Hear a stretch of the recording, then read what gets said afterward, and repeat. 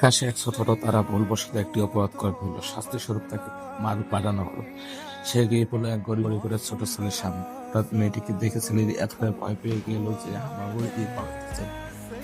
কিন্তু যখন দেখলো মেয়েটি অচেতন হয়ে আছে এবং সে কাছে এসে সাহায্য করতে চাইল, ছেলেটি যতই ডাকলো কোনো সাড়া পেল না।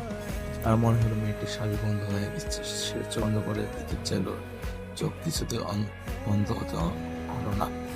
তখন মেয়েটি মনে হলো সে সত্যি ভিখারি হয়ে গেছে। দয়ালু তাকে নিজের ঘরে নিয়ে এলো। তার বাবা মা মেয়েটি খুব পছন্দ করে, তার বাড়ির শেষ ডিমটি সিদ্ধ করে তাকে খাওয়ালেন। খেতে খেয়ে মেয়েটি বুঝলো সবাই তাকিয়ে আছে। সে জিজ্ঞেস করলো, তোমরা খাচ্ছ না কেন? মা বাবা বললেন, এটাই আমাদের শেষ দিন, তুমি এত দুর্বল যে তোমার খাওয়া উচিত। মেয়েটি বললো, মুরগি আবার ডিম দিন, কোন সবার জন্য যথেষ্ট হবে। এই কথা